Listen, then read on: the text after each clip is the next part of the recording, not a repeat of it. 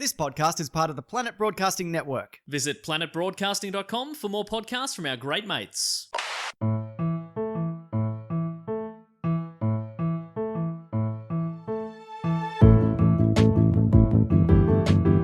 Hello and welcome to another episode of Do Go On. My name is Dave Warnicky and as always I'm here with Jess Perkins and Matt Stewart. Hello Jess and hello Dave. It's good to be here again. Hi, Matt. You look like you were pausing to do the next bit. I was going to, and then because you kept going, I freaked myself out and I couldn't do it. And then I left too long a pause, and I thought, all right, Jess, you got to go for a different joke here. And I did a no end for you. I love it. I love a block. Yeah. I love a comedy block. Because what Matt has unfortunately done there is the musical episode is next week. Oh no, I've Yeah. gone early. Oh, story of my life. Oh, what am I like? Dave, we've got a really exciting thing out at the moment. Would you say that? I'd say that. I'd say it too. I would agree. With who? Matt or me? Both. Oh. Oh. Can you? Interesting. Yeah, a You can little never bit of pick a both. side, can you? It's on our, no, it's not on our YouTube channel. It's on the Stupid Old channel. And it's our new web series. One episode down so far. That's right. We released it just a few days ago now. The first episode is about the history of the Hollywood sign, and basically it's like a multi-dimensional version of this podcast. Yeah. It's got all the dimensions. Yes. Sound, looking, smell, Yes. space, Space. and Taste. You got to Taste. lick your computer though. yeah. But we went around individually and put a little bit of our own taste Yeah. on all of your computers. The snozberries taste like snozberries. So don't make that a waste of our time. You lick your goddamn computers. Okay, it took a lot of time and effort. Too much, some would argue. Our accountant. But yeah, go check that out. It was so fun. We've been getting, I think, nearly nothing but positive feedback. So go look at it and tell us how we can improve it. I know. Nah, don't do that. Balance it out a little bit. Nah. No, don't. Just give it. No. We're very fragile. Give us only good news. And it's too late to change anything, obviously. That's true. We filmed it pre-COVID, and you'll notice that because we are sitting basically on each other's laps. Yeah, it was a different time Different time now. We are a good 1.5 meters away from each other. at all times. But the way this podcast works is probably best described by Jess Perkins in song. Fuck you. Every week, one of the three does a report, brings it back to the class. How's that? That's great. Encore. Fuck you. And the way we get onto topic is with a question. This week, I'm doing the report, so I'm asking the question. And my question is, I'm going to open up to Jess first because I know Dave knows the answer to this. Aw. Jess, Okay. so you get first free shot. Yeah, but what if I don't know it and then I look dumb? Which legendary comedy actor is known for his roles in such shows as Oh, God. Saturday Night Live, The Simpsons, and News Radio? Who's in SNL and The Simpsons? Famous- He's not wearing a tie at all. Famous for his shit. roles, you might know him from... Fuck. What's his name? Mothballing my battleship. Dig your own grave and save. I know who it is. The president's neck is missing. I'm going to throw it open Go, Dave. to Dave. I actually don't know. Phil Hartman. It is Thank Phil you. Hartman. Shit. That's really cool.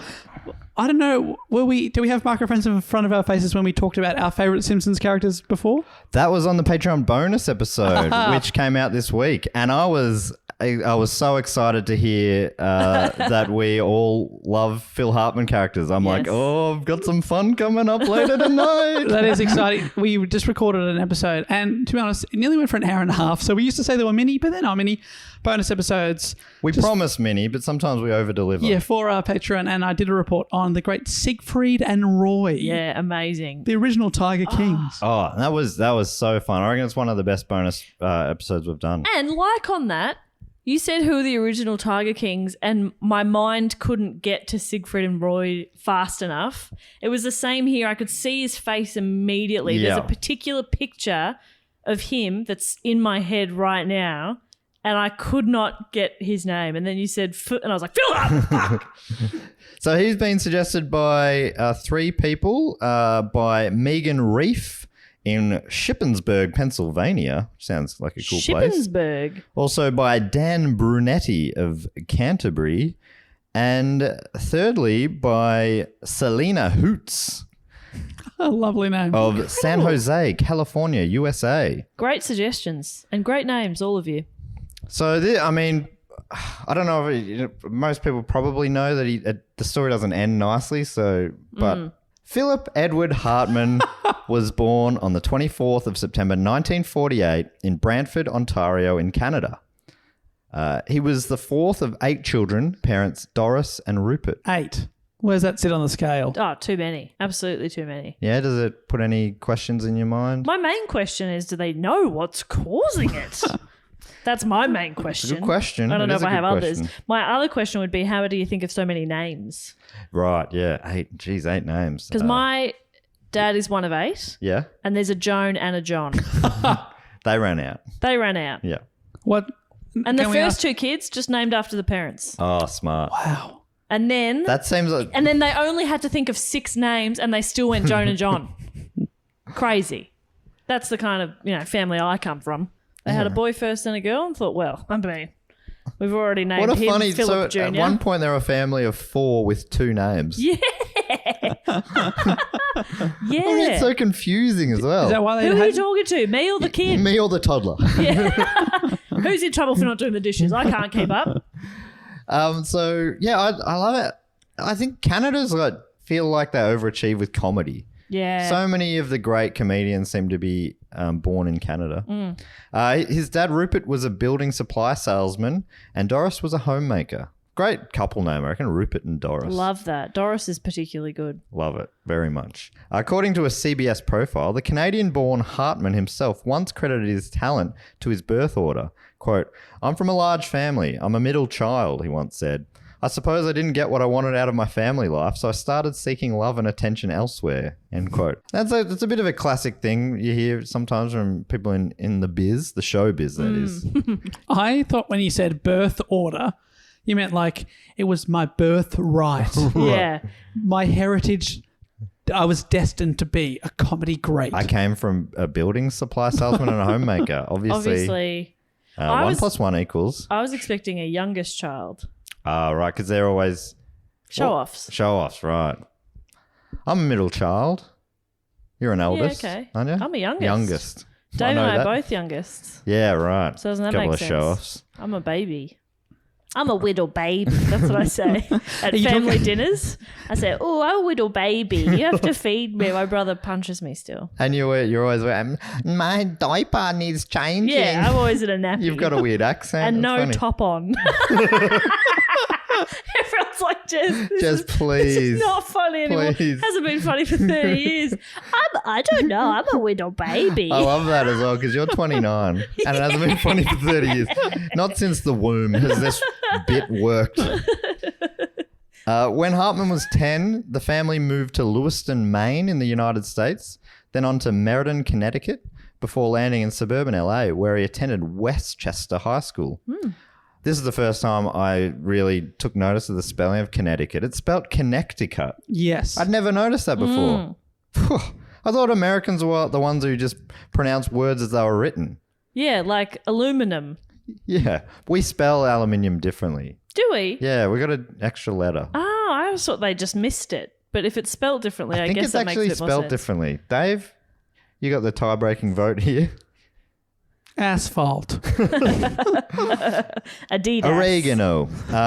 So he was a bit of a class clown at Westchester, once telling an interviewer, quote, "I was class clown because I could do John Wayne, Jack Benny, Jack Kennedy, Lyndon Johnston, and entertain my friends on the senior lawn," end quote. Showing signs of his gift for mimicry that would later make him famous. I like to imagine that his voice has always sounded like that. Yeah. Because he has a beautiful voice. What a voice. Oh, what a voice. And I imagine it like a 13-year-old with that voice. It's like, we call Dave golden tonsils, but He's got platinum My tonsils. voice is running out this week, so we'll see if I make the whole He's episode. got not only golden tonsils, but golden lips, golden teeth, golden gums. I can't talk. Hello. According to the New Yorker, in his teen years, Hartman surfed, grew pot, smoked pot, maybe grew it as well, acted in theatre productions, dated girls, and did impressions to entertain his friends.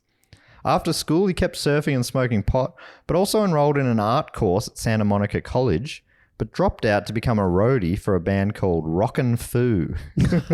maybe up there for the new worst band name I've ever heard. Rockin' Foo. How do you spell foo? FOO. Oh, yeah. Yeah. I don't know the Foo Fighters are named after them. They had a beef with them What early. is Foo? Well, Foo Fighter, that was a type of plane. Right. Foo, though. It's called Foo Fighter.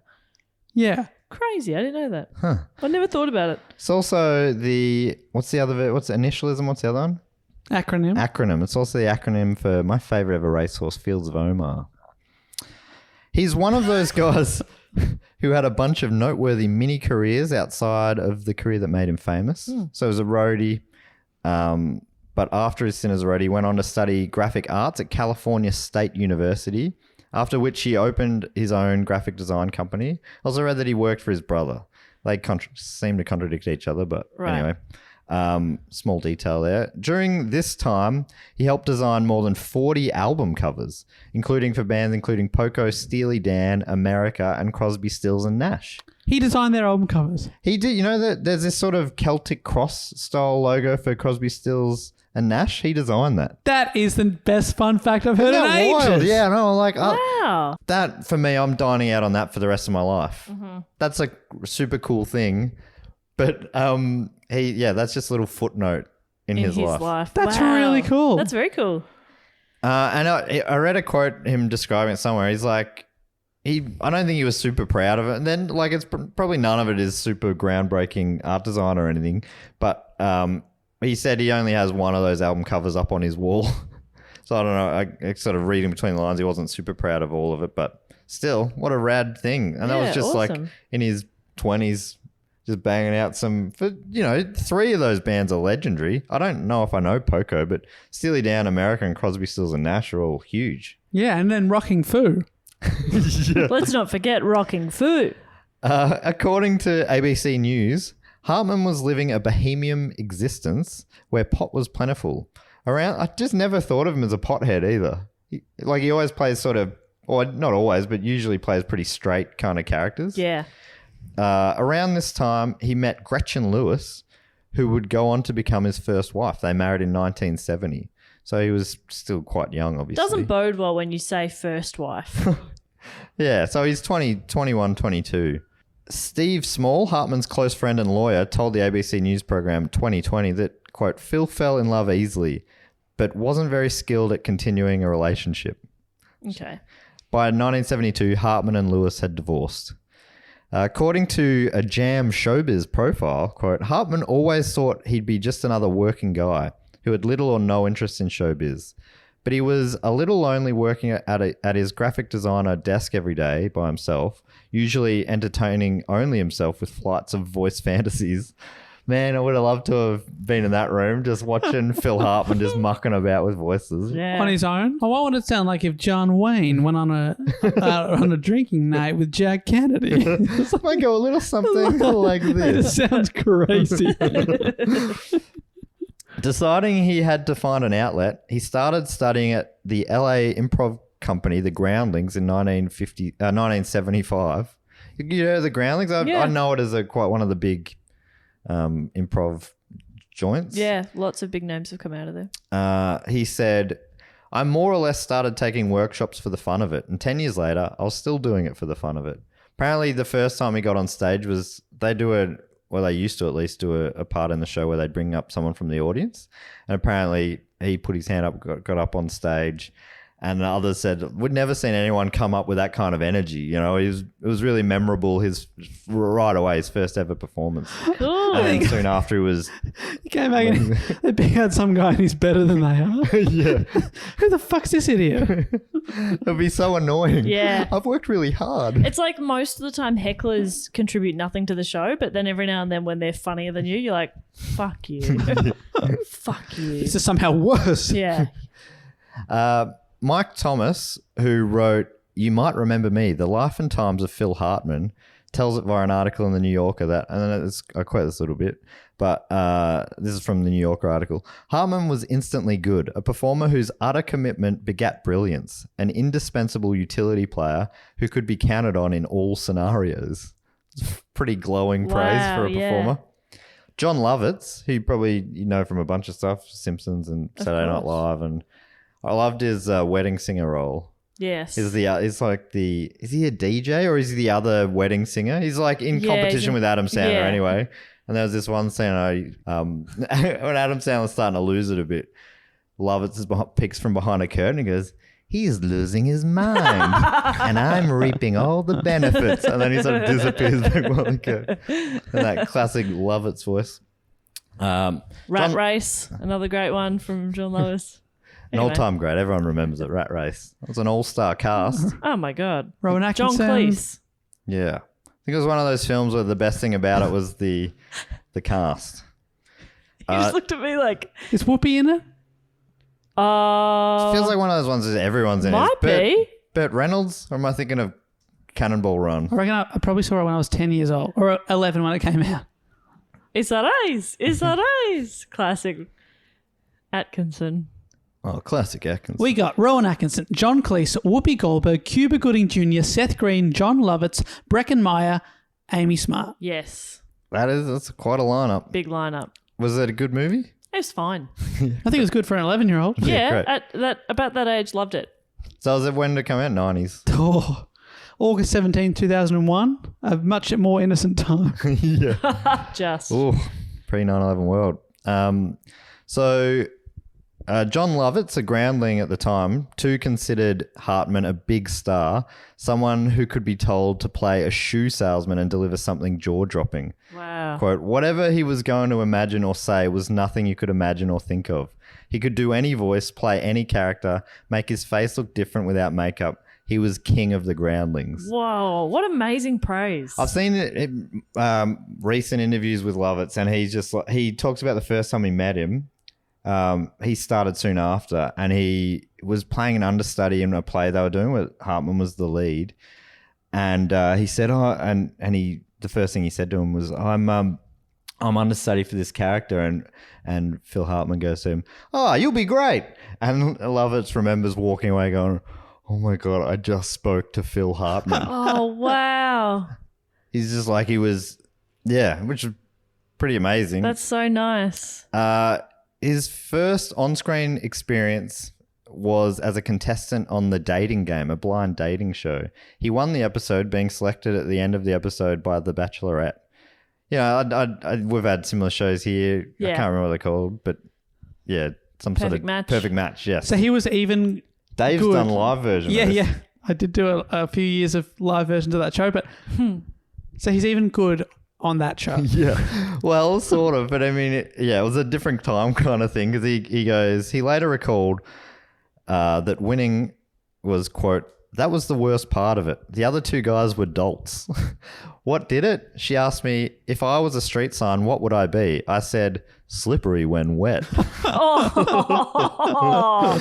He goes, yes, and as you might have expected, she stood me up. So she did, for a TV date, she didn't go to the date. I wouldn't. I know, well, that's what he said. Why did he go on the show, though? And she picked him after he said that. Yeah. So I guess slim pickings, I guess. I mean, what a fucking ridiculous question. Yeah. I think you'd be stop sign. It's one of those questions where they're pretty much begging for him to say that. Exactly. Or something like that. And then like, ooh. Yeah, like it would say hump. Yeah. Hump ahead or something. Because I'm going to hump you. Yeah, no, I got it, Darren. Yield, because I'm going to be the strong one in this relationship and you back down. Okay. It's all creepy. Yeah. There was a sign. Roundabout. Slow children ahead. Where our kids are not going to be that smart. There was a sign on my street where I grew up, and it was a give way sign, but someone had just written in, and it was there for like 20 years. Give way to my dick. That's what I'd be. Give way to my dick. I didn't know that was a sign. Yeah, well, if you lived on Valania Drive, you'd know it. Give way to my dick. That's the one that you see. Well, I don't know if you still see that much, but I remember seeing a lot younger was a lot of people wrote under stop. They'd write hammer time. You see that around? Classic. I've never seen That's that. a good How bit. old are you? How dare you? I was definitely alive for hammer fever. It's hammer. But I think it was way out of date even when I was seeing this as graffiti. Yeah. That's really right. funny. So we're into the 70s and he began to get some voice work in the late 70s. I think his first one was whatever the 1979 version of Scooby-Doo was. I think it was called Scooby-Doo and Scrappy-Doo. He also did voice work for the Smurfs, the Jetsons, and Dennis the Menace. Oh, wow. A few iconic shows. He started scoring some small film roles as well, such as in the Gong Show movie, he played a role called Man at Airport with Gun. And Okay. in Cheech and Chong's next movie, he played the role actor being filmed in the background. Okay. Big start. Yeah, so he was climbing. He met Paul Rubens at the Groundlings, and they started a creative partnership with Hartman helping Rubens develop his Pee Wee Herman character, which I know by name, but I don't really. I watched a little clip, and he seems like quite an annoying character. Yeah. But I think it was a big deal at some point. Have you heard of Pee Wee Herman? I've heard of Pee Wee Herman, yeah. Yeah, and there was some controversy where the actor was caught like in an adult cinema or something, and then he had to sort of disappear for a few years and then could come back. Yeah. Was it like a children's character or like just Yeah, because I think he would appeal or family-friendly, like I a should say. family-friendly character, and then Right. I don't think he was doing anything like illegal or anything. It was just like, oh, You're watching porn? yeah. Why would you go to a cinema for that? Guess it was probably. It must have been pre-internet. Oh, Or maybe yeah, you like the camaraderie. It always feels like a weird thing to go watch. You know, at a normal cinema, they just have to pick up a lot of popcorn. This cinema is a little different. That stickiness isn't spilt Pepsi. Yuck. So Hartman helped develop that character of Pee Wee Herman, Yeah. which is a wild fact as well. In 1982, Hartman married again to real estate agent Lisa Strain, but this marriage ended less than 3 years later. According to Strain, he would... And I think she either married again or changed her name because she's also referred to as Lisa Jarvis in different articles. So I think I end up just calling her Lisa. But anyway, at this point I'm calling her Lisa Strain. She said he would disappear emotionally. Phil's body would be there, but he'd be in his own world. That passivity made you crazy. Passivity? Passiveness is what I'd say. But I like making up Passivity. fresh words. Quote goes on, this is a separate quote from her. My sense of Phil was that he was really two people. She later told 2020. He was the guy who wanted to draw and write and think and create and come up with ideas. He was the actor and entertainer, and then he was the recluse. Seeing Phil at the Groundlings was Phil being true Phil. You know, as time goes by, you understand that his personas are his protection and they are his personality.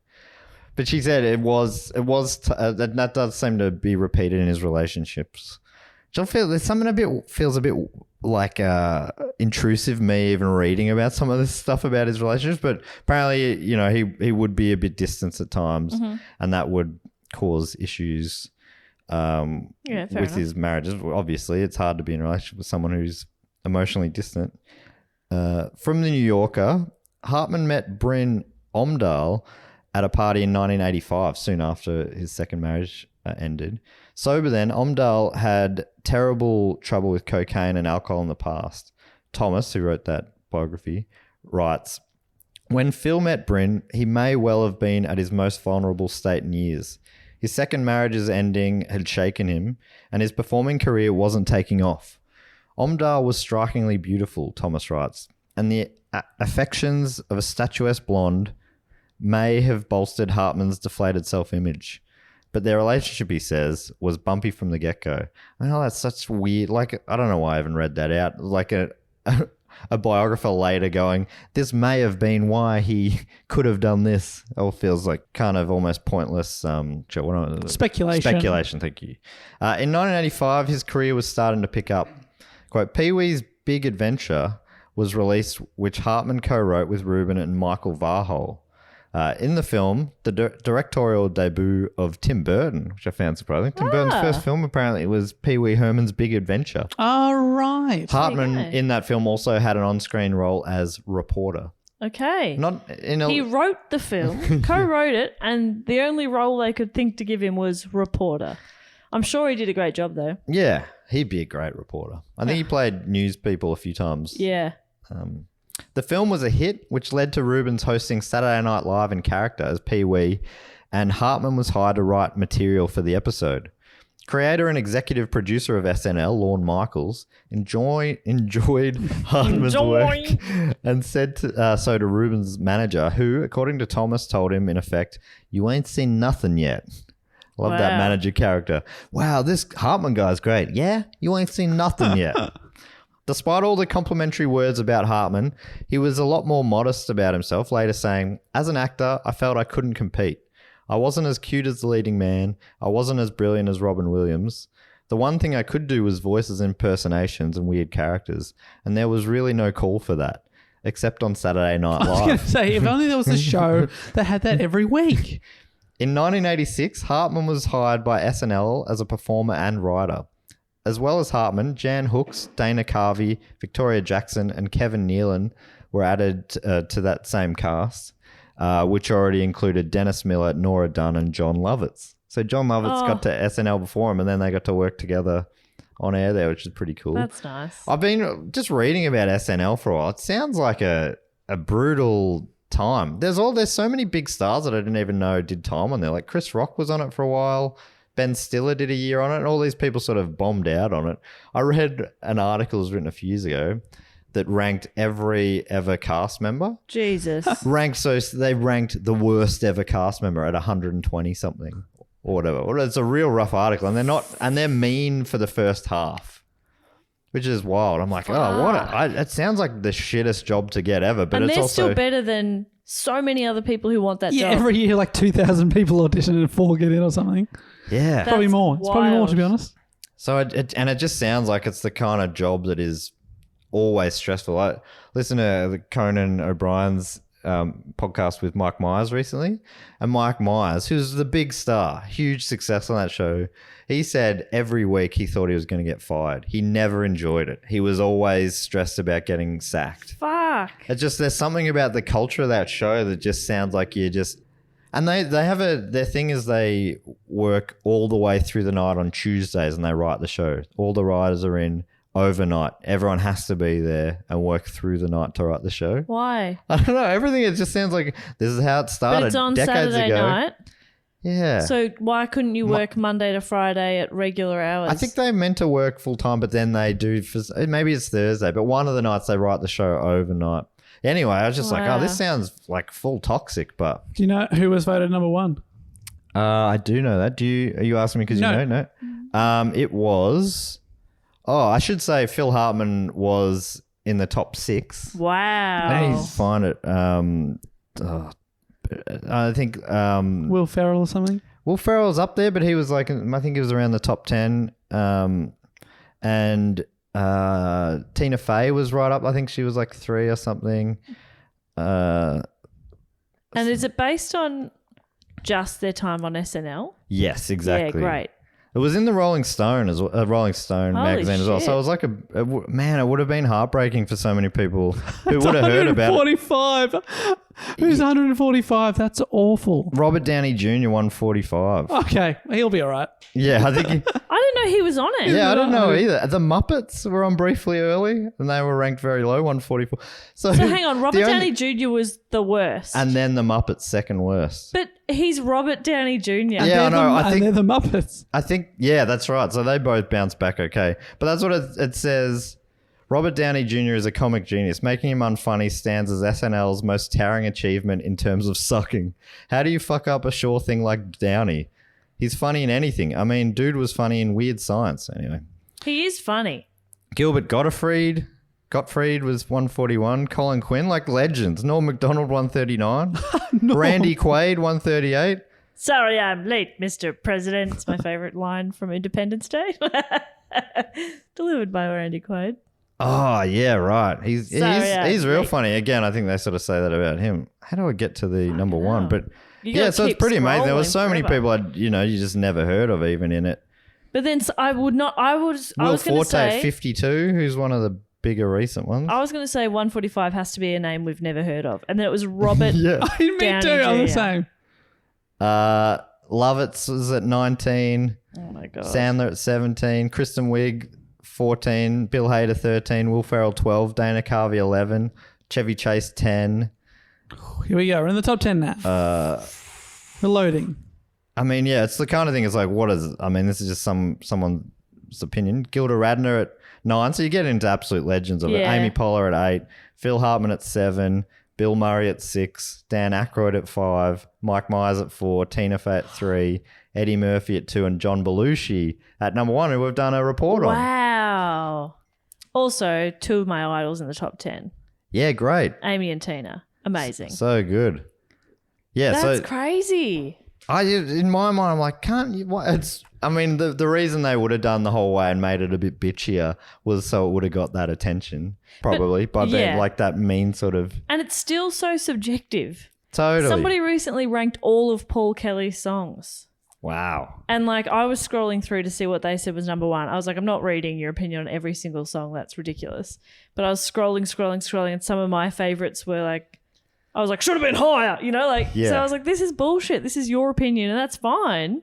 But I mean, And people know, I think they know listicles like that with opinions, and especially with a few slightly dodgy opinions, they're going to get shared more. Yeah. People go, can you believe? yeah, look at this idiot said this song was number 1. I've been pretty obsessed with Leonard Cohen lately. Put him up for the vote for this topic as well. He did not get many votes.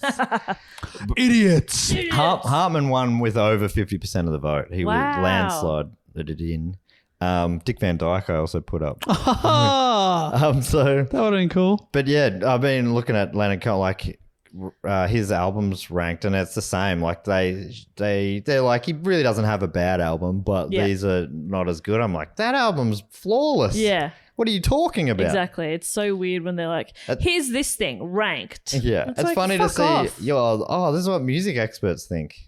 What does that mean for me? Yeah. Anyway, sorry, I got a little sidetracked there, but yeah, he's super. As I'll talk about now, he's just super well respected as an SNL alum. But he joined a cast, and I think the show was really kind of struggling at that time. They were burning through a lot of these performers that were coming on, sometimes for one season. And there's another weird thing about it is they're sort of fighting each other for on-air time. Yeah. And that was something that Phil Hartman said he really didn't enjoy. You're fighting your friends for screen time. No, I'd hate that. Yeah. I'm not competitive. Please write and I'm something not for me. Very ambitious. Yeah. I'd be like, yeah, let them have it. It's cool. It's all good. I'll going straight into that now. He found his 8 seasons at SNL stressful, telling People magazine in a 1995 interview, the rejection and backstabbing could be painful, but the hardest thing was competing against your friends for airtime, which sort of sucked a lot. The New Yorker wrote that Hartman, who was older than many of his peers and professional by habit, excelled at both lead and supporting roles. The skills that Hartman had honed in the Groundlings made him a key cast member who made everyone look good and helped to improve the show. And that because of his steadying influence and rock-like presence, and because he helped her to overcome her stage fright, Jan Hooks nicknamed him the Glue. Soon everyone called him that, sometimes chanting it at table reads when he made the writers' pieces sound good. Glue, glue, glue, glue. Isn't that fun? There's another story about how he got the nickname Glue, but like that is definitely his nickname and everyone calls him that. He was listening to the Al Franken episode of the Conan O'Brien podcast recently, and that was before I'd done any of this research, and he mentions on there, they were talking about Phil Hartman, how great he was, and they go, the Glue. It's still sort of Wow. It's a good that nickname. nickname is stuck. It's a great I didn't mean that. Oh, fantastic. Didn't mean that entirely. I was sort of about to say it, and then I'm like, I need to say this in a gross tone to make sure everyone knows I don't believe in it. Hartman was perhaps most famous for his impersonations on the show, such as Bill Clinton and Frank Sinatra. But you may also know him from some of the original characters he created, such as the anal retentive chef and the unfrozen caveman lawyer. And I don't, because I really only know a few of the really famous SNL sketches, and most of them are from after his time, like the cowbell sketch I've seen a lot, and a few others. I've tried to watch some best ofs, and I'm like, oh, this is the best of.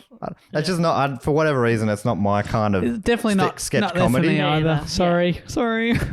Yeah, but it's obviously a super successful show that's been going for decades. Yeah. But for whatever reason, I'm like, oh, I expected this to be funnier, but it's just, comedy is subjective. SNL producer Lorne Michaels once said, Phil Hartman, I think, is the least appreciated, except here. So he's sort of he did not get a lot of love in the media and that sort of stuff, but internally a lot of love.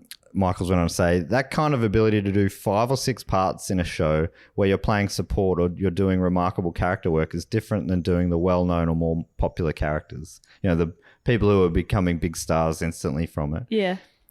It was also funny to hear some people who are like, he was really one of the only people who were going like, I can't do any more parts at this week's episode. Everyone else is like, please give me anything. I'll take any scraps. And But he's he's like, like everyone's going, I need you in my sketch, please. I don't have time to change. Yeah. In 1986, Hartman also scored a small role in iconic comedy The Three Amigos. And it was, I don't know, have you seen that recently? No. I had to go back and watch a clip. He was like just a classic smarmy Phil Hartman character. He is good at smarmy. He's so good at smarmy. Over the following 10 or so years, he also appeared on the big screen in Fletch Lives, Loaded Weapon, Coneheads, So I Married an Axe Murderer, Sergeant Bilko, and Jingle All the Way. I was first imagining him as like a gross boyfriend. Oh, And I was like, right. what is that? And I was like, it's Sergeant Bilko. Yeah. He's so good in Sergeant Bilko. So as those films went on, his roles were getting bigger as his sort of star was growing, and he was like a relatively big character in Bilko and Jingle All the Way. I think he played Arnie's neighbor. Again, sort of like an unlikable sort of neighbor guy. He plays an asshole so well. So well. So he wasn't the lead in any of those films, but he didn't seem to mind too much telling Jam Showbiz, it's fun coming in as the second or third lead. If the movie or TV show bombs, you aren't to blame. Hey, I'm the bad guy, the Jerky Guy. I did all I could to make it interesting. The Jerky Guy character became one of the trademarks of his career, and according to an article in the Star Tribune, Hartman loved playing these Weasley characters. There were many variations, but were often seedy, vain, or otherwise unpleasant. When asked about his influences, he said, my ultimate favourite was Jackie Gleason's Ralph Cramden from The Honeymooners, but I'm a really big fan of Bill Murray. He's been a great influence on me. When he did that smarmy thing in Ghostbusters, then the same sort of thing in Groundhog Day, I tried to imitate it. I couldn't. I wasn't good enough. But I discovered an element of something else. So in a sick kind of way, I made myself a career by doing a bad imitation of another comic. I think that's pretty common. Like you hear the Rolling Stones were trying to sound like, Howling Wolf and American blues musicians. And they did it. They couldn't sound like that, but they sounded slightly different, and that became a big thing in its own way. I think that's pretty common in the world. You imitate your heroes, and then it spits out a new, different thing. In 1987, kind of like how you try to imitate me, it's not the same, Jess, but it is a new great thing. It's its own thing, right. And a lot of people argue better. Yeah, I mean, I'm not one of those. No, but a lot I'd of say people equally and differently good. Nah, but and I know that's what you say, but a lot of people outside of this room say that I'm better. I'm not agreeing with Actually, them what am I either. talking about? Yeah, I agree. I think you're definitely funnier than me. I forgot what we were talking about there for a second. In 1987, Hartman married Bryn Omdahl, who we mentioned earlier. And in 1988, they had their first child named Sean. His second wife, Lisa, who we mentioned earlier, recalled, quote, he calls me and says, I just became a father, and so I wrote a card. Dear Phil and Bryn, you know, this is her recounting it. I don't think this is how she actually wrote the card. You know, ... Much love from Aunt Lisa. You know, if you ever need a babysitter ... I'm so thrilled for you. Lisa said she, quote, got a letter back that was hair curling, fury, rage, and a death threat from Bryn. The gist of it was, don't ever fucking get near me or my family or I'll hurt you. I never want to hear from you. Never, ever, ever come near me or us or you'll be really sorry. Whoa. Okay. At this Also, I mean, I'm not going to be asking my ex-wife to babysit, am I? No. I'm glad that we have an amicable enough relationship that I can call her and say I've had a kid and she sends a kid. That's very nice. But that's not my first choice, you know? That feels a little bit weird. But Right. each to their own. Yes.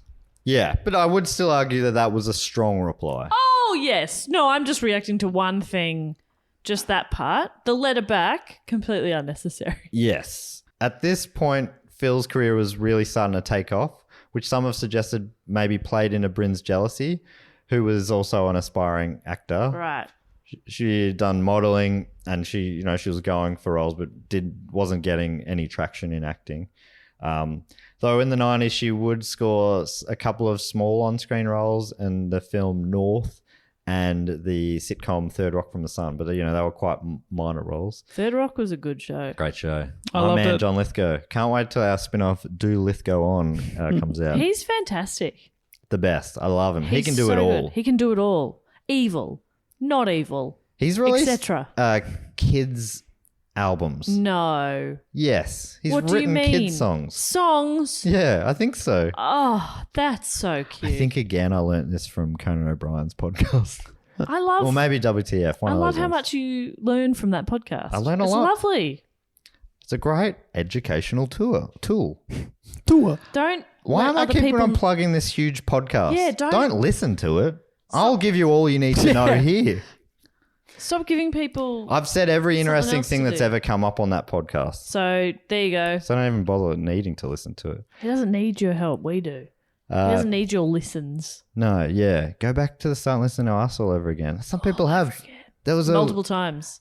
During his time at SNL, Hartman was twice nominated for Emmys for writing for a musical variety show, winning in 1989 as part of the writing team. Awesome. Being stuck at home these days, you probably don't think too much about your internet privacy on your home network because we've got incognito mode, right? Right. Wrong. No. Oh my God. Let me try again. Wrong, Dave, because even in incognito mode, your online activity can still be traced. Yep. What? Even if you clear your browsing history, your internet service provider can still see every website you visited, David. Oh my God. My blood pressure has gone through the roof here. What are you looking up? Oh I might just be having a heart attack unrelated to this. Well, that's why, even when we're at home, we never go online without using ExpressVPN. Oh, that's right. Okay, I'm okay. Yeah, remember ExpressVPN? Make sure your ISP, Dave, for a little nerd like you know it's internet service provider, but I didn't. So luckily it said that here on the script. But ExpressVPN, make sure your ISP or internet service provider can't see what sites you visit. Instead, your internet connection is rerouted through ExpressVPN secure servers. Each ExpressVPN server has an IP address. Internet protocol. Ah. Internet protocol freely. Each ExpressVPN has an IP freely address that's shared among thousands of users. I just got it. Me too. Jess and I looked at each other like, what is he talking about? That means everything you do is anonymized and can't be traced back to you. Oh, I love it. ExpressVPN also encrypts 100%. That's all of it. 100% of your data with best in-class encryption. So your information is always protected. Use the internet with confidence from your computer, tablet, or smartphone. ExpressVPN has you covered on every device. Simply tap that button and you're protected. Woo! Amazing. It's the fastest and most trusted VPN on the market. It's rated #1 by CNET, Wired, The Verge, and countless more. Let's add Do Go On to that list. So protect your online activity today with the VPN that we trust to secure our privacy. And trust us, it needs securing. Visit our special link at expressvpn.com/dogoon do go on, and you can get an extra 3 months free on a 1-year package. That's 25%. Bang. Holy shit. Good math. That's ExpressVPN, ExpressVPN.com/do-go-on. ExpressVPN.com/do-go-on to learn more. Now back to looking up whatever we like on the internet. Yeah. Cats. Big cows with a cat on its back. Oh, the cat's wearing a hat. Saucy hat. Don't tell anyone if you're listening. This is a secret. Shut up. It's private. In 1990, Hartman began doing voices on The Simpsons. The most famous of these being 3 versions of his Weasley archetype. The incompetent lawyer Lionel Hutz, who Dave, I believe, is your... We were saying on the Patreon episode, my all-time favourite Simpsons character. He's amazing. Also my all-time favourite Simpsons character, and I think probably, this would be almost one of the most common favourites, washed-up actor Troy McClure. Yep.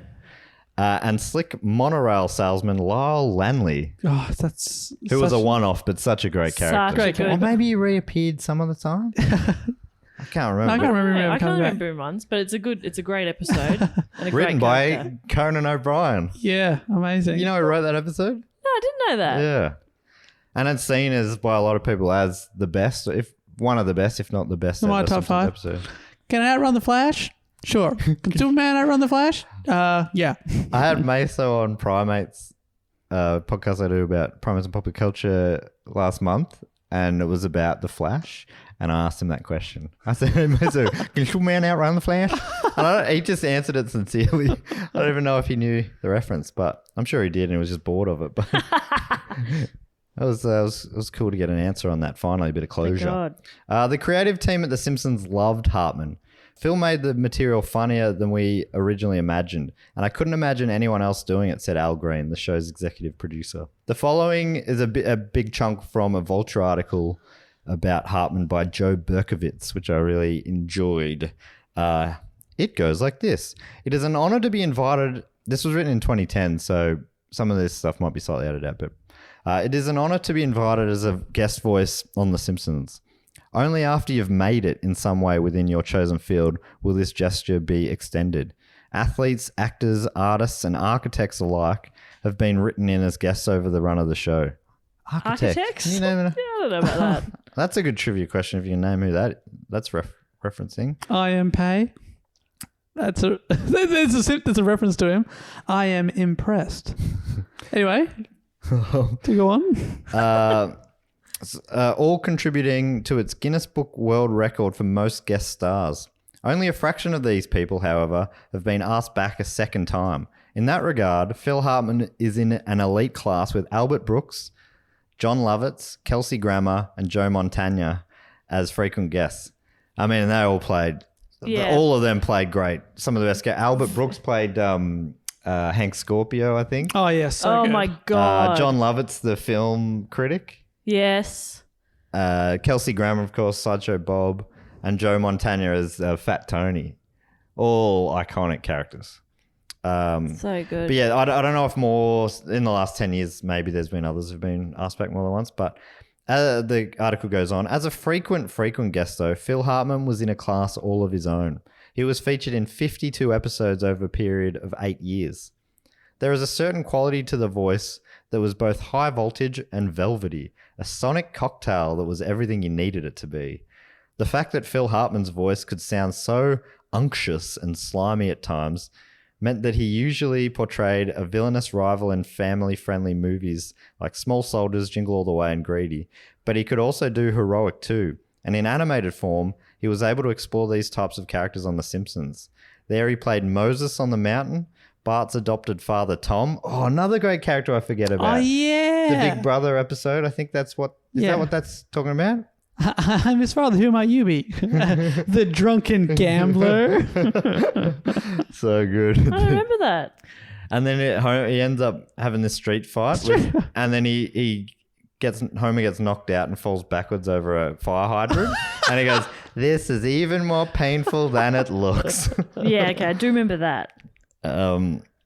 He also obviously played Charlton Heston's likeness in the musical Stop the Planet of the Apes, I Want to Get Off, featuring the showstopper Dr. Zayas, Dr. Zayas. Dr. Zayas, Dr. Zayas. He even got the chance to bring his Bill Clinton impression over from Saturday Night Live for a Halloween episode appearance. Mostly, though, Phil Hartman's contribution to The Simpsons consisted of 2 characters, and these were anything but biblical, heroic, or presidential. In his first appearance of The Simpsons, Bart gets hit by a car. Homer hires bargain basement attorney Lionel Hutz to represent him. "Here's my card," Hutz says. "It turns into a sponge if you hold it underwater." What started off as a barely embellished caricature of an ambulance-chasing shyster eventually devolved into a down-and-out drunken hobo who also happened to be an attorney. Hutz was meant to be a one-time role, but the staff loved Hartman and wanted to use him again. Their next chance came just a couple of episodes later in the form of another new character in the Simpsons universe. We are introduced to Troy McClure as he hosts the TV show I Can't Believe They Invented That. Dave Faves. This show within a show would frequently pop up in brief bits, featured washed-up actor McClure and quack Dr. Nick Riviera hawking ridiculous products like Spiffy, a cleaning solvent strong enough to clean the grime off Edgar Allan Poe's tombstone.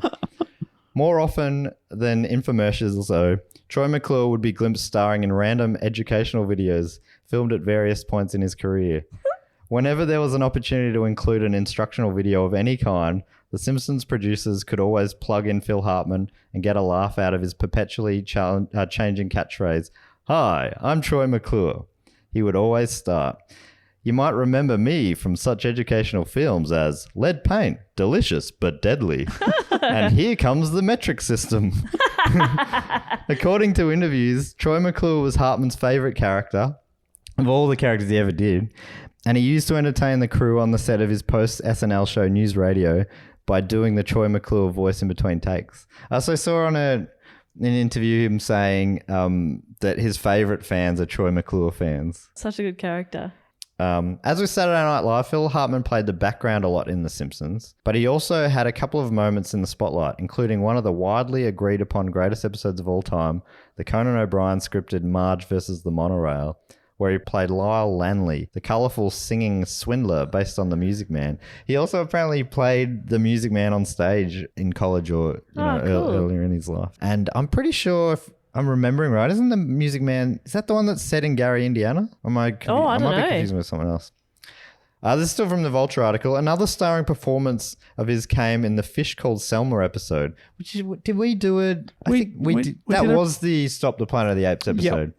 And we did an episode, Dave and I did an episode of Primates about that episode. Oh, great. That's the one where he marries Selma? Yeah. And I think we spent a episode. lot of it just reading the script and laughing. Yeah. Must have been a tedious one to listen to be honest. I'm just remembering Selma, baby. Yeah. Am I right? Is that the thing? Or did I make that up? Yeah. Okay. Selma, baby. Which was developed to give Troy McClure more of a backstory, albeit one in which his character has fallen on hard times due to an embarrassing sexual proclivity involving marine life. That's right. It was like vaguely based on Richard Gere, you were telling me, in the hamstering or whatever. Oh, yeah, there was rumours about that. But it's like this weird rumor about Richard Gere that you're like gerbling, sorry. Oh. And this was sort of a spoof of that, Yeah. but it was fish. Are you gay? I wish. By 1994, the cast members Hartman joined SNL with, apart from Kevin Nealon, have moved on to other projects. And the cast now included other heavy hitters such as Mike Myers, Adam Sandler, and Chris Farley. Oof. So he shared the screen with some of the biggest ones in He those was 8 seasons. multi-generational. Yeah. Hartman told the LA Daily News that he felt like an athlete who's watched all his World Series teammates get traded off in other directions. It was hard to watch them leave because I sort of felt we were all part of the team that saved the show. I think it was really struggling that they brought it back in ratings and everything. Soon after, he left the show also. According to The New Yorker, quote, after his final episode, Thomas writes, the cast and crew gathered around and presented him with a gift, a token of deep appreciation for his outstanding service that made him tear up. It was a small pedestal topped with a bottle of wood glue. Here's the glue. Hey. Glue. That's nice. Hartman developed his own variety show, The Phil Show. I love. And I think NBC was right on board with it, but it fell through in the end. It wasn't picked up. I think NBC said that it was that those variety shows, they just weren't working anymore or something like that. Right. But they went with his nemesis, Dr. Phil. They he I think he has said that he kind of after he's kind of a relief because he would have had to have sweat blood every week to make it work. you Yeah. know. In 1995, he signed on to co-star in a new NBC sitcom instead called News Radio. Do you remember that? I used to watch it. I remember enjoying it. It vaguely rings a bell. Yeah, he was the slick talkback radio host. Right. But there was a bunch of other people on the show. So the news radio focused on the staff of a New York City news radio station with an ensemble cast that also included Dave Foley, Stephen Root, Andy Dick, Joe Rogan, who's now a huge podcaster, Maura Tierney, Vicky Lewis, and Candy Alexander. Yeah, okay, I do remember the show vaguely. He, along with Bryn and their two children, Sean and Bergen, moved from New York to Encino, California, which is where he started working on that show. His character was the smug radio announcer named Bill McNeil, another classic smug character. I wonder what... I mean, he plays that smarmy character so well. It's a bit like... Because Adam Scott is another one who plays an asshole super well. Yeah. And then you see him in a nice role and you're like, what? Yeah, you're waiting for the twist. It's really confusing. Or you see interviews with him and he seems like... He's quite dry, but he seems really nice. And it's like... I don't know how to feel. I think Right. Phil Hartman's one of those where I assume he's a prick, Right.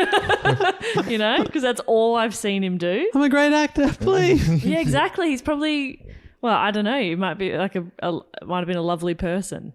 Yeah, well, it sounds like, I mean, who knows for sure, but it sounds like if he was sounds like he maybe wasn't the best at relationships, but it sounds like everyone, his friends are all like, oh, he's just a lovely, really down-to-earth, normal guy. I mean, people wouldn't have been so appreciative of working with him and his writing and his talent if he was an asshole. You're not getting called the glue. You got to be so, like Chevy Chase was also brilliant on SNL, but he wasn't getting bought gifts, I don't think. Or Yeah.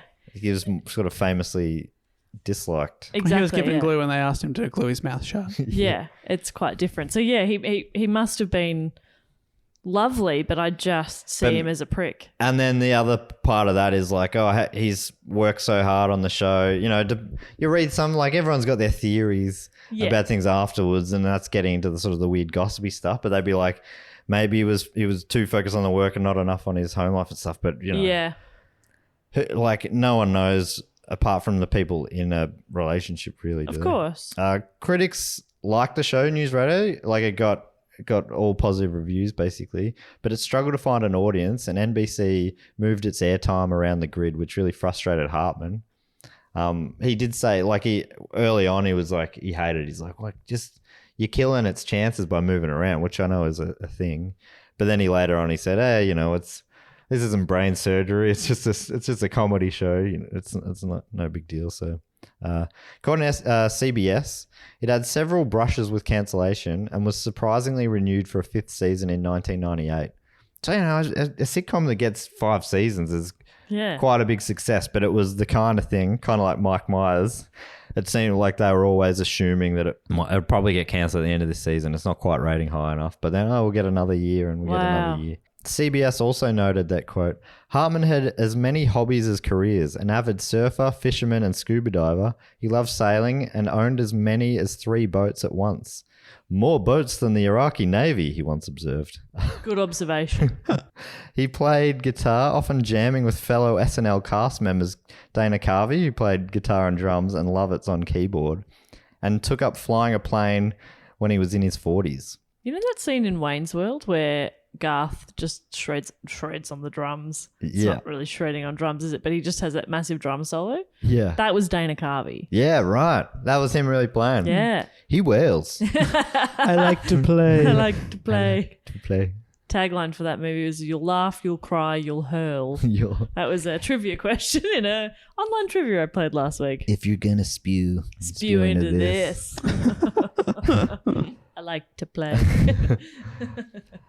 Bryn continued to battle with drug addiction, his wife, and during the news radio Christmas party in 1997, Hartman's co-star Andy Dick gave Bryn some cocaine after she asked if he had any. Apparently, I think supposedly she had been on a break and in sort of recovery. Hartman's friend John Lovitz blamed Dick for Bryn relapsing, though Dick told 2020 that she was already in relapse mode, which I didn't even know she had a problem with at all in the first place. But yeah, that's the thing that I think Andy Dick and John Lovitz still, they've had this is a big falling out about this. According to the New Yorker, Bryn started drinking and using cocaine, and they fought. Hartman liked buying cars, boats, and even a plane, and then piloting them away from his family, often with a friend to unwind. This, his quiet passivity, not saying that word right, and his love of smoking pot could be alienating and frustrating. Bryn became increasingly unhappy. He had guns. Bryn had a gun. Sometimes when she wanted to argue with him before bed, he pretended to be asleep. The exact details of what happened on the night of May 27th, this is where we get to the, just as a little buffer in case if no one listens to this with their kids, but in case there's a little warning for you, for those out there in La La Land, which is what I call listener land. The A's are silent. Listener land. The exact details of what happened on the night of May 27, 1998, and into the early hours of the following day remain somewhat of a mystery. But according to the ABC News report, quote, this is all from the news report, Bryn Hartman went out for drinks that night with her friend Christine Zander before driving over to her friend and former lover Ron Douglas's house at around 10:15 p.m. Douglas declined ABC News' request for comment, but according to what he told police, Bryn Hartman had a few beers and complained to him about her husband. He told police she left his house around 12:45 a.m., got into her car and returned home. Sean Hartman would reportedly later tell police that he heard sounds he likened to the slamming of a door. Oh. At 3:45, as Ron Douglas would recount to police, he was awoken by someone's pounding at the front door. It was Bryn. She told Ron, "I killed Phil. I don't know why." Douglas told police he didn't believe her at first, but then a gun fell out of Bryn's purse. He took it away from her and put it in the trunk of his car.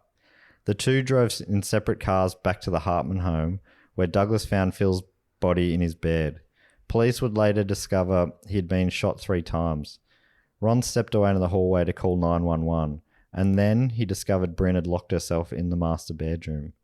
It was about 6 a.m., and the quiet street of Encino, California was suddenly swarming with police, news cameras, and a gathering crowd of onlookers. Ron handed the gun to police, but had no idea if there were any other weapons in the house. As 9-year-old Sean and 6-year-old Bergen were being whisked to safety, another shot rang out. When police reached the master bedroom, they were greeted with silence. We go through the door. We find a man lying on the bed. He has a bullet hole through his forehead. There's a woman lying next to him, and she also has a gunshot wound. Responding LAPD officer Daniel Carnahan said, "Looking at the bodies, it's obvious that they were not alive." Bryn had killed herself after taking Phil's life, which was hours earlier. For me, it is one of the most tragic scenes. Hartman had actually experienced the American dream that most people don't get to experience, Carnahan said. To have that taken away in this fashion seems so contradictory and so out of place and so unfair. Los Angeles County Medical Examiner Craig Harvey later determined that Bryn Hartman had a blood alcohol level of 0.12, as well as cocaine and Zoloft in her system that night. I think Zoloft is it's some sort of prescription medicine, I think. Greg Omdahl said the murder-suicide was like getting punched in the gut because I knew my sister would never murder anyone. It was such a hard thing to face. A year after the murder-suicide, Greg Omdahl filed a wrongful death lawsuit against how do you say, what's that, Pfizer? Yeah. It's like one of those big pharmaceutical companies. Oh. So he sued them, the maker of Zoloft, on behalf of the Hartman estate. Omdahl said, "I did file a lawsuit against Pfizer, alleging that the use of Zoloft caused my sister to not know what she was doing, and she shot her husband. And when she came out of that, she shot herself. When the lawsuit was filed in 1999, Pfizer gave a statement to Salon Health that, quote, "There's no scientific or medical evidence that Zoloft causes violent or suicidal behavior." The suit was settled for $100,000 and there was no admission of any wrongdoing. Well, I mean, combined with cocaine and a lot of alcohol, Yeah. you can't blame one of those things. Yes. You know, it's the cocktail of all of them, and her personal makeup and Exactly. all, like so many things. so many things. The scenario and like It's so tragic and awful. I know, but I don't think you can sue a pharmaceutical company for it's that. such a I don't know why I was not prepared into that. I'm like, Phil Hartman, this is going to be a fun episode, and I did, even though I did in the back of my mind, I knew it ended tragically, but Yeah. didn't prepare myself for it. I'd forgotten how. Right. So yeah, that's awful. And this is so dumb that this is what I thought of. But when she's banging on the friend's door, I was like, "Who's with the kids?" Right. That was my thought. Yeah. Well, and then that's it's like true. I killed Phil, and I'm like, "Yes, but who's with the kids?" Yeah. Well, no one at that point. Shit. But yeah. So they're It's a 9 shit. and 8, 9 and 6 or something. The kids. Yeah, Awful. orphaned in a night. It's Yeah. And I had this article had some quotes from there, and I'm just like, too heartbreaking. Yeah. So- Good call there, I think. Bryn's sister Kathy and her husband. This is kind of a nice thing. Bryn's sister Kathy and her husband raised both Sean and Bergen in the Midwest, so that they were able to be raised by their uncle and auntie. Yeah, by family. Back in the Midwest, which I believe is like you'd be getting right away from the wild Yeah, Hollywood lifestyle and all that sort a of little stuff. bit of anonymity, Yeah. hopefully. And Greg Omdahl said that they grew up as loved children. By 2019, Sean was 31. So this is from an article last year, all of this. By 2019, Sean was 31 and pursuing his dreams of being an artist and musician, and Bergen was 27, recently married, and had started a business that's doing really well, according to Greg Omdahl. So, That's everything yeah. they've got, obviously you never get over it, but they've Yeah. sounds like They've they've moved got forward. things together as much as they can. Greg added, "I believe my sister would be very proud of how Sean and Bergen have grown up and the people they've turned into." News Radio, which had only been renewed for a 5th season just prior to that tragic night, did a memorial episode and brought in John Lovitz into the cast due to his closeness to Hartman and as a way for the show to try and cope with his loss. According to Heavy.com, in August 2014, Hartman was awarded a posthumous star on the Hollywood Walk of Fame. His brother John accepted the honour on Phil's behalf. Hartman's former SNL co-stars Lovitz and Kevin Nealon were on hand to speak about their late friend. Hartman's longtime agent, Betty Fanning McCann, was also there to honour him. Phil Hartman was very loved by Hollywood, and we are thrilled that he's being honoured with his own star. This man made millions laugh for years and will always be treasured, said Leron Gubler. Great name. Hollywood Chamber of Commerce president and CEO at the time. So I'm ending with some slightly more. Yeah. But The name That's it. Kubler is amazing. Yeah. yeah, I love that very much. How old? Leron Gubler. How old was Phil? Do you know? Even ballpark? He died in 98, was born in 47. So Dave? is that 50, 51? 51. Yeah, right. Packed a lot into a life, hey? Yeah, amazing. Yeah. One of those guys is like, oh, you designed iconic bands' Yeah. album covers. So you did that was your whole career? Oh, no, you just squeezed that in early. Yeah. And kind of a slow burner too, Like he just didn't- always something happening. Yeah, that's right. But not like, your leading man. That's the kind of life I would want. I love to be in the chorus. yeah. Someone else be the star, sure. But I'm here still. Well, that's kind of what you are on this show. Dave and I are the stars. Okay, I was going to say Dave. I was thinking the same joke, but I was going to say Dave's the star, obviously. I thought it was funnier if I was like a bit what am I thinking there? What's that word? It's like diluted, but it's not diluted. Diluted. You're diluted. I'm a bit diluted. I'm so close. Diluted? No. Diluted. Diluted. I thought that would be funnier if I was dilutedly thinking of myself. As the Whereas star. I know that you two, I'm really the chorus and you two are the star. Okay, happy now. No, because now you're just fishing for us to No, say, I'm not. no, Matt, It's a you're true the belief. star. Shut up. That's just a true belief. Shut up. Shut up. Shut up. Shut up, you're the star. I'm sorry, so did you shut just up. Shut up, silence star. a woman? No, I was directing that at Dave, but if you also heard it, then great. You two stars. You probably don't hear that a lot. No one says no to you, do they? Surrounded by yes men. Me. Yes man.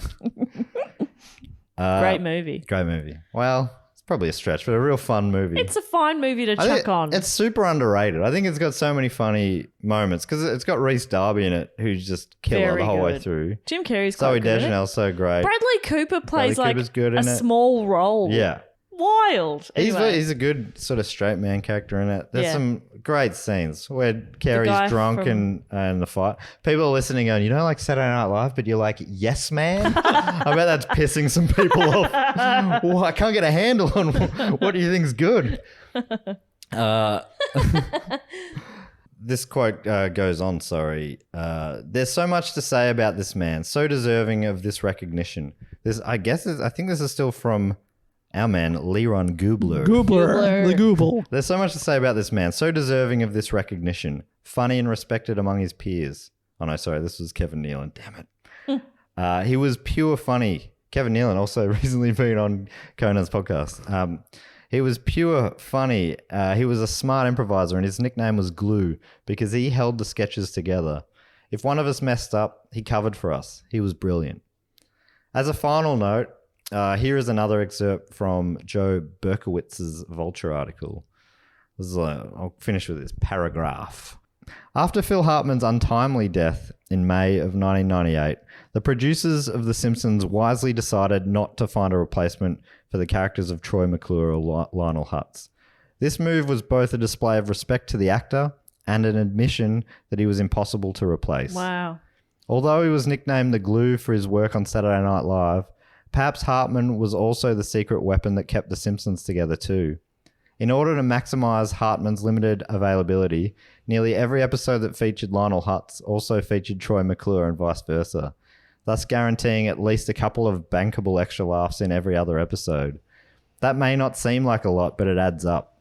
Phil Hartman was undoubtedly part of the reason why seasons 2 to 9 of The Simpsons are roundly thought to be the show's best years. Wow. It's no coincidence. I think that makes sense to me as well. I mean, there was a lot of factors, but he was a big part of it. Yeah, definitely. And it is so tragic that he died, but it does also keep those characters in those golden years. Yeah. Rather than Yeah. every other character's now been in a lot of shitty episodes. Yeah. But those Wait. two characters never in an unfunny, ungolden Isn't that episode. amazing?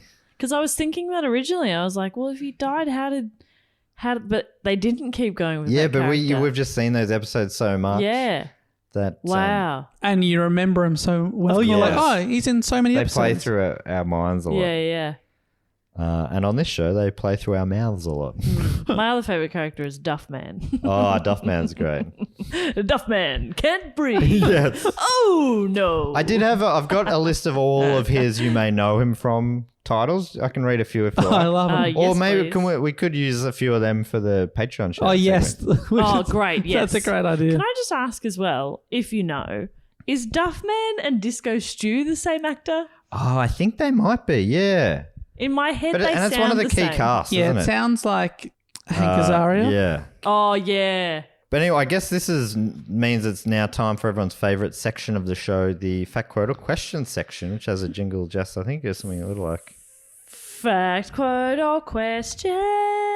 Ding. Oh, a little late there, Dave, but He never forgets the ding. Can I quickly say, while we're still talking Simpsons, just quickly, of course. the fact check at the end of the episode, Frank Gehry was the first architect to appear on The Simpsons. Ah, what Who- was his role? He played himself, when I believe. When he scrunched up the paper. Is that it? Something was like a scrunched up piece Yes, of the paper? scrunched up piece of paper, yes. I don't remember that. For some reason, he scrunched up a piece of paper and that was like, oh, that's a great design. Oh. Because his buildings look pretty wild. Like Yeah, that. like he designed Okay. the Guggenheim. The Guggenheim? No, just the annex. That's a George Costanza. yeah, in Bilbao, yeah. All right. Well, the fact, quote, or quote. Oh, geez. Our Simpsons fact checker who does a column weekly on our Patreon. Jacob Lane. Jacob Lane has got his work cut out from this week. Oh, sorry, Jacob. Feel free to pick a few, I guess. Yeah, you feel free to have a week off if you like. Yeah, sorry about that. It feels like a thing that must now have become a burden to him. Yeah, you can stop any time. We love it, but there is no pressure. Of course. I was thinking today, because I've just seen the first one, we are banking up a few of these fact quota questions. I was thinking, because just looking, the next few are facts. So how about we do 4 this week? You be up for that? 4 facts. 4 facts. The Yeah, next okay. 4 fact quota questions But are all that facts. depends. Are you, like, you have You're to going to stay- decide if they're fun or No, not. no, okay, yeah, sure. I was going to say you've got to stay on track and just, like... Yes. Oh, yeah, I'll stay on track, but we've still got to give them their time. Of course, of course. They've been waiting patiently. So in this section, you go to patreon.com/dogoonpod. On there, every month it seems like there's new rewards. We've now got 3 bonus episodes on a certain tier. On the fact quote or question tier, which is the Sydney Scheinberg Deluxe Memorial Edition level tier, you get to RIP. give us a fact quote or question. You also would have voted on this week's topic. There was only, it was... I said it was a landslide, but it was still only like 15, 20 votes that separate. Yeah. And that's a landslide. Usually in this one, because there's not that many voters, every vote is worth quite a bit. You get to give yourself a title in this as well. Oh, something I was also should mention is you get into our Facebook group, which is for patrons only. And that's a lot of fun. There's a lot of discussion every day. There's posts, listeners and patrons post and chat to each other. Some of those patrons have started a weekly Zoom catch up, which I've dropped in on in the last couple of weeks. Which always feels like I'm the teacher coming in and ruining the fun or something. Yeah. Hey guys, how's it going? And like, hey Matt. Yeah. Hi, Mr. Stewart. No, we weren't smoking bongs. All right. But it's cool. Bye, kids. It's fun. I'm jumping in on this thing, and it's like, oh, there's someone from Canada, someone from London, someone from Perth, someone from New Zealand. There's just people from all around the globe. Amazing. So that's that's not an official reward, but that is just a cool bonus thing that's happening, and just an example of why it's a cool community in there. Just real cool, fun place. And I'm seeing people in there saying, "Oh, this is my happy place." Anyhow, it's a cool group, and there's so many rewards, too many to mention. Yeah. Just told me to keep on track. I have done that.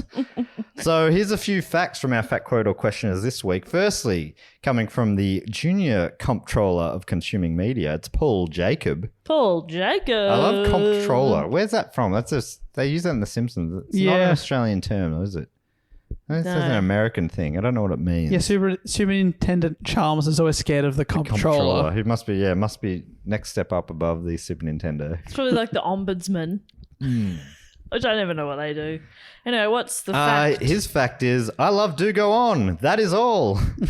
That is a succinct fact, and I'm going to say a fun one. That's fun. Oh, Paul Jacob, officially fun. Great Congrats. fact. Congratulations. And thank you so much for all your great work as junior comptroller of consuming media. You're doing God's work, and we really do appreciate it. I'd also love to thank the general manager of Not Able to Have Nice Things. It's Maximilian Duke. Maximilian Duke. If your name is real, God damn it. God damn it. Congratulations, you. I was trying to say congratulate your parents for us, and all I could say was congrats. Congrats. Congrats. Anyway. That is all. That is all. Congrats. Maximilian writes, I use a spoon to apply various spreads, soft cheeses, jams, etc. to breads. You might think this is weird. Why not use a knife or a spreader like a civilized person? What's a spreader? Well, the convex side of a spoon possesses the perfect ergonomics for putting peanut butter on bread without having to lift it off a plate or risk dropping a cracker because you hold it awkwardly to get all the pimento cheese off a knife. It is especially great for putting cream cheese on a hot bagel. Love a schmear. Sandy Cohen taught us that. I love a Perfect way to schmear a bagel without burning your hand. Trust me. Give it a try. Is this the fact? Anyway, that's just a fact about me. Tell me something interesting about you. Oh, and in case anyone, brackets Matt, question mark, is wondering what the convex side of the spoon is, I reckon I know what the Come on, mate. I'm play dumb, but I actually am probably the smartest person in this room right now. Anyway, I'm guessing this is for listeners in case anyone doesn't get it at home. It's the bottom of the spoon. I thought it was when the you're handle. eating soup. I think this rug is smarter than you.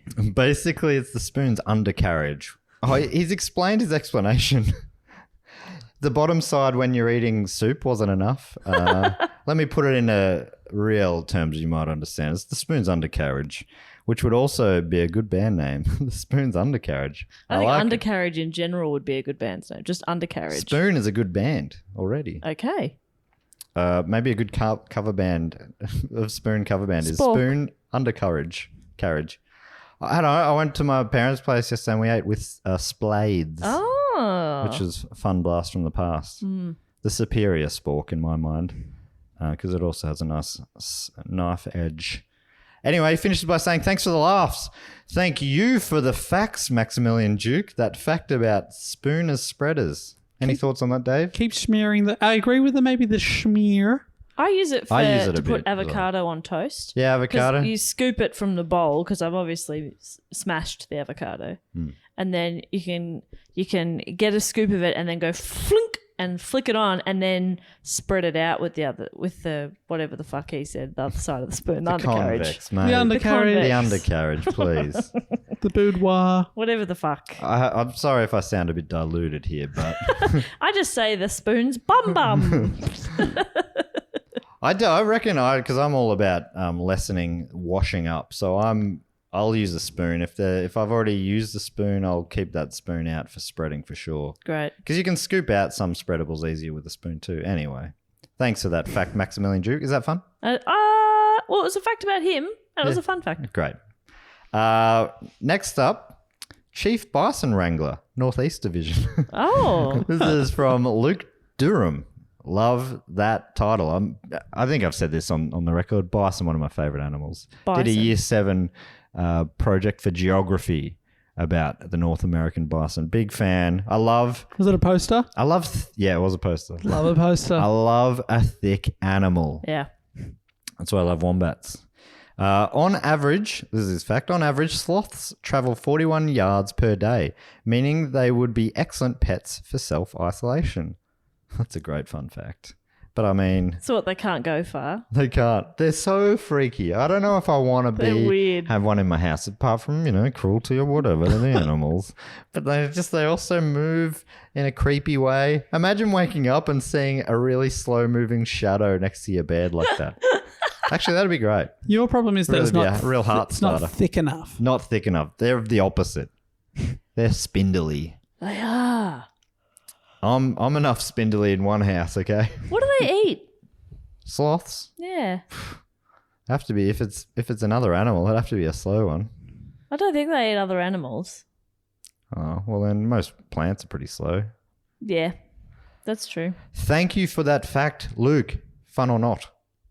Fun. Oh my god, we're on a hot streak. The patrons are on today. Let's see. Let's round it out. Number 4. Finally, with fact 4 from the Director of Craft Services for Do Go On, Matthew Bohr.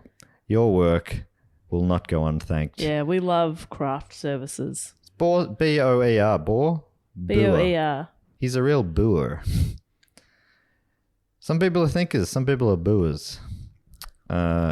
He's given us a fact for the original Terminator. Oh, Dave, this will be up your alley. Big fan, aren't you? You guys haven't seen Terminator yet? Have you No. seen it? I haven't, no. Do Sorry. yourselves Sorry. a favour. All right, When we'll you watch watch it. Back to the Future trilogy, I'll think about it. All right, I've watched number 1. I've watched 1. You watch 1. Okay. I'll watch 2. 2, You I watch think in 2. both of them, 2 is the classic. True. Although I love Back to the Future 1. I think it goes in order for me, 2, 1, 3. That'd be the same with Terminator. Oh, there you go. But not Die Hard. Yeah, Die Hard is 1's the best. Yep. Yeah, because it's got the best bad guy of all Too time. old for this shit. That's so different. That's Lethal Weapon. I'm just saying. Another Who great Phil Hartman film. was in the spoof of Loaded Weapon. So this is from Matthew Bohr. He offers us this fact. For the original Terminator, a lot of actors were being looked at for the role before Arnold Schwarzenegger became the iconic Terminator. Along one of the suggested among one of the suggested people to play the role was O.J. Simpson. Whoa. But James Cameron didn't believe he could play a convincing killer. Oh, wow. That is pretty great if true. OJ never did any screen testing, though Arnold was under the assumption for years OJ was close to being the lead, even saying that James Cameron had done a painting with OJ's face on a Terminator poster, then painting over it with Arnold's face.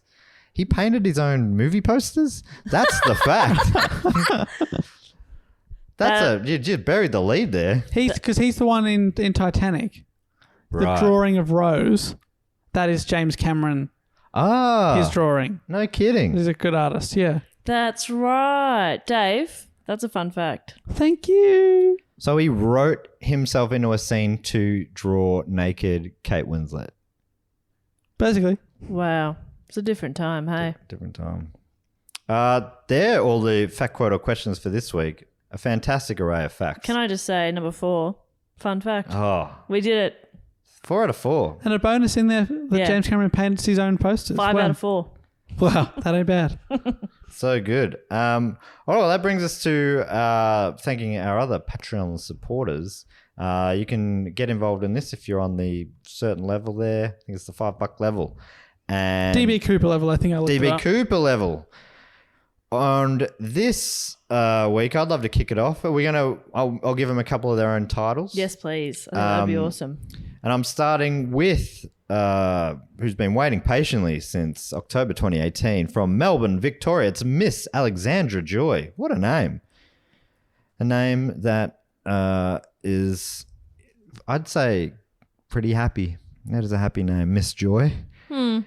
And you might know Miss Joy from You such might remember films me. as The Boat Jacking of Super Ship 79, Calling All Quakers, The Itchy and Scratchy Movie, The Contrabulous Fabtraption of Professor Horatio Huffnagel, Cry-Yuma, and David versus Super Goliath.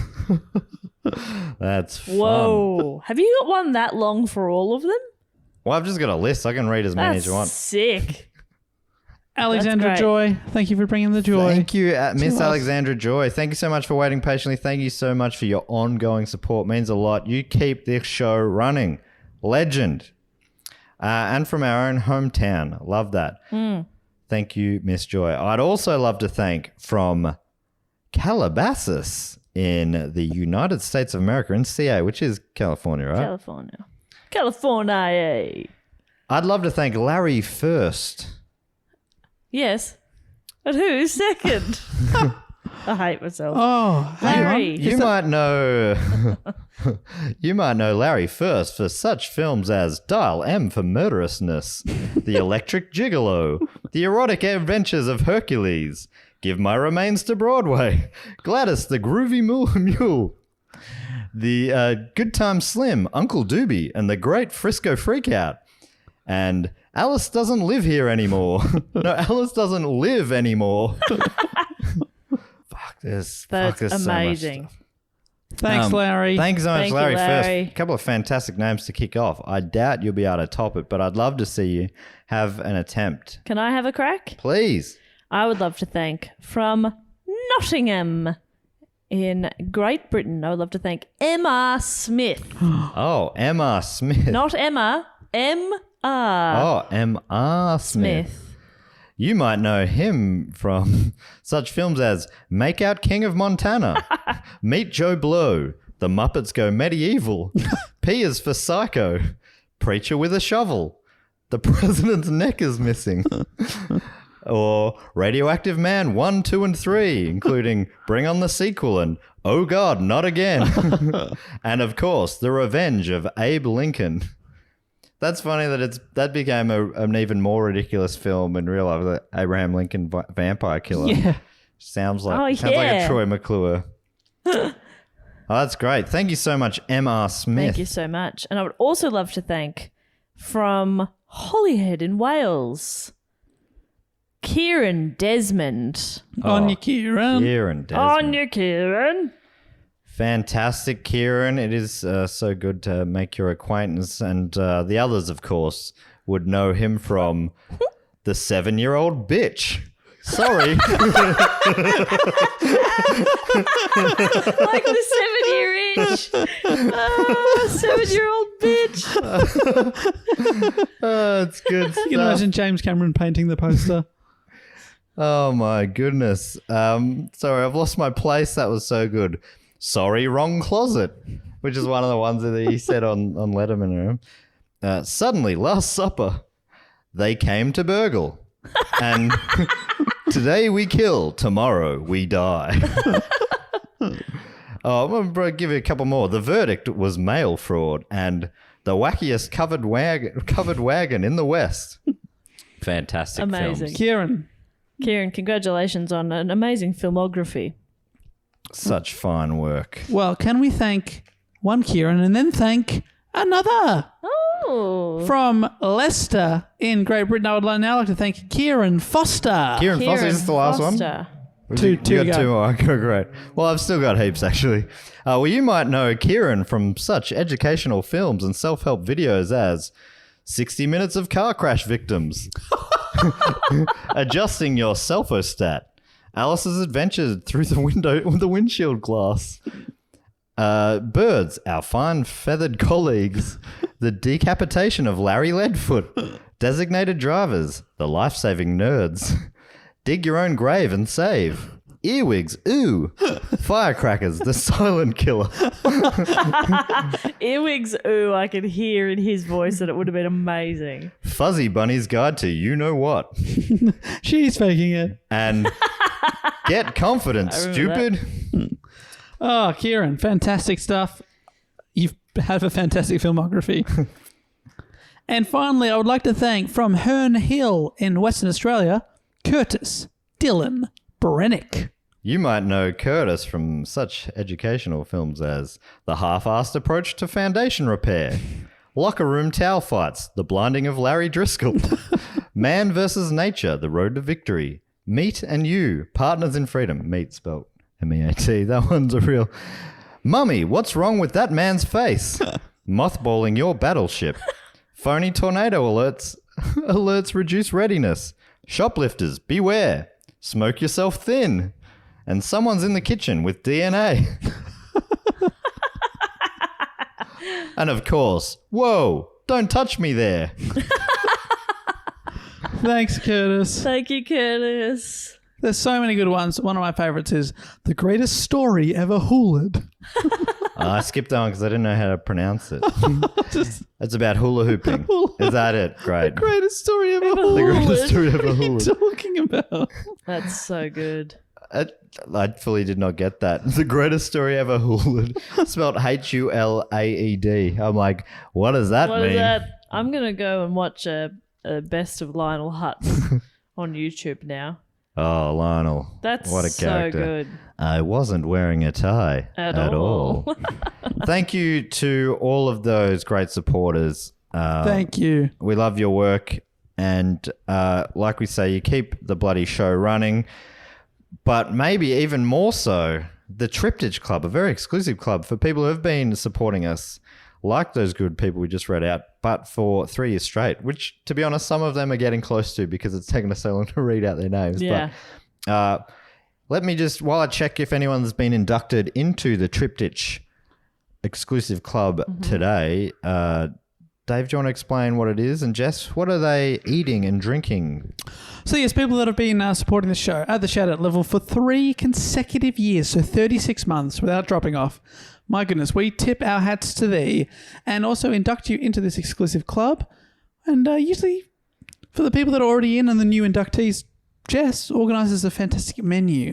Sometimes it's food, sometimes it's drinks, sometimes it's both. And this week we are honouring our star of the show, Dave Warnocky, with his favourite drink, a pina colada. Oh, thank you so much. Yeah, If you like pina coladas, I do. that and you song do. is fucked. It is not. It's not good. The opening line is, I was tired of my lady. We'd been together too long. I was tired of my lady. Like a worn-out recording of your favourite song. it's brutal, but as it turns out, she was Sick of him as well.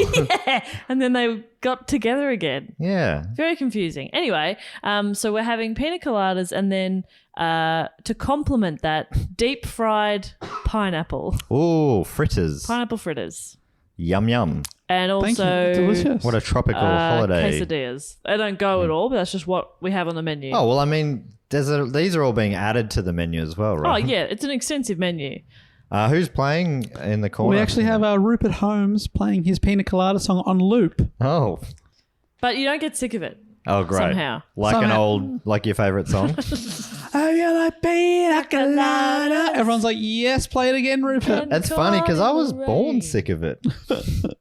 If you're not into yoga, It's a magical place. if you have half a brain, very patronising. Have you like making love at midnight? Who Well, likes just- making love at midnight? I've got to get to work tomorrow. He's kind of setting a low standard in some Yeah. points there. If you've got half a brain. Yeah. And you're not into yoga. All right. Well, fuck. Parody Yeah, song. that's a weird Yeah. stipulation, but sure. What about parody song? If you like making love on midnight. Bit of fun. Man, I'm confident Weird Al's beating you to that one. Is that true? Surely. Probably not midnight. I don't That would know. be so good if the whole song is built around that one little. If you like making love on midnight. Well, that's a specific one, but... Yeah.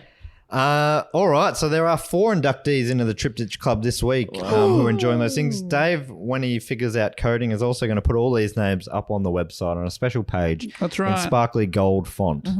Or if anyone wants to, any coders out there who want to get in touch with Dave, do it. I mean, if they're really good, they'll hack the website and do it themselves. Yeah. That'd be That's good. a challenge to you Are coders. you challenging people to hack our website? No, please don't do that. I mean, what are they going to find? Well, they won't find, but they'll just put up stuff there like a picture of a butt. Oh, we Yeah, did that or- already, didn't Yeah, or something like Dave flipping them off, for example. we? We hacked our own website. If you click on the your mum's butt tab, you'll see a photo of Dave. Still funny after all these years. We are eventually going to get around to redoing the website. Anyway, 4 inductees into the club tonight. Come in behind the velvet rope. Make yourselves at home. From London, we have John Failner. Welcome, Fellner. John. From Royal Oak in MIUS. Mizzou? Michigan. Michigan. I don't know. Is that right? Michigan. It's John Cole Wilkinson. I feel like this is MI is one we go for all the time. You got to be confident, man. It's Michigan. Well done. Well done. From Leicestershire in Great Britain, it's Sam Henson.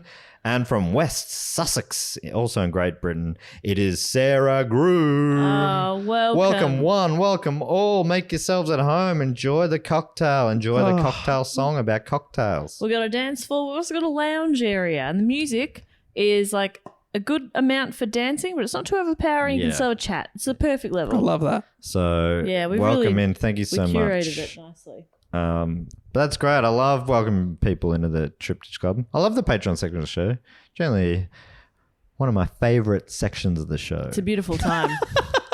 And a reminder as well that we do have that web series. We've got our second episode coming out on Friday. That's right. Or if you're listening to this in the future, we might have all 9 episodes out. Yeah. You can binge it. Oh my God, how lucky are you? Just the go dream. to, there'll be a link in the show notes, or you can just go to youtube.com/stupidoldchannel. Mm. We've also got our own YouTube channel, which is /DoGoOnPod, where we put all these episodes up, and a bunch of those episodes are in video format. Yeah. I know. Wow. It's pretty In exciting. all 3 Ds. Well, 2 Ds. 2 days in those cases. You can find us on all socials at DoGoOnPod, and our email address is dogoonpod@gmail.com.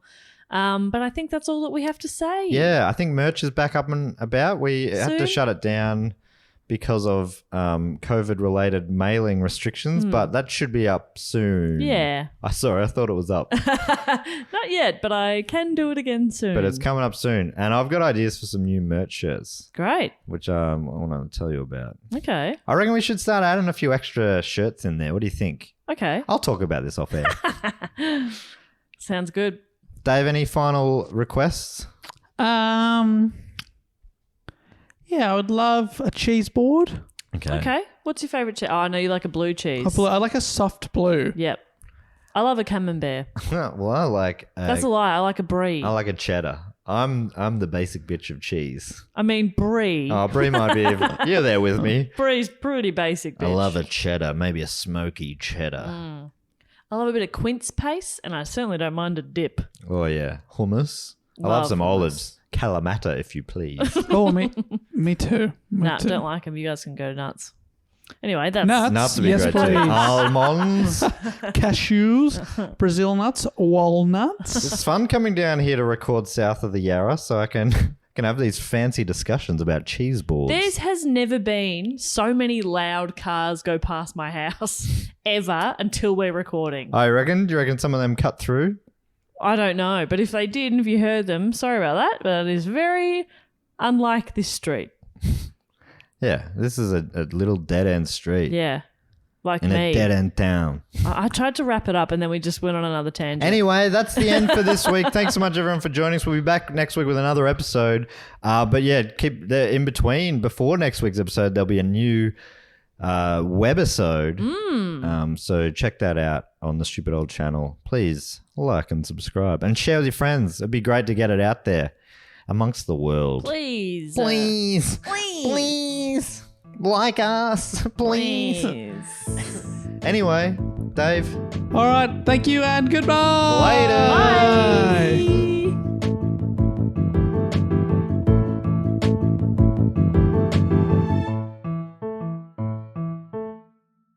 This podcast is part of the Planet Broadcasting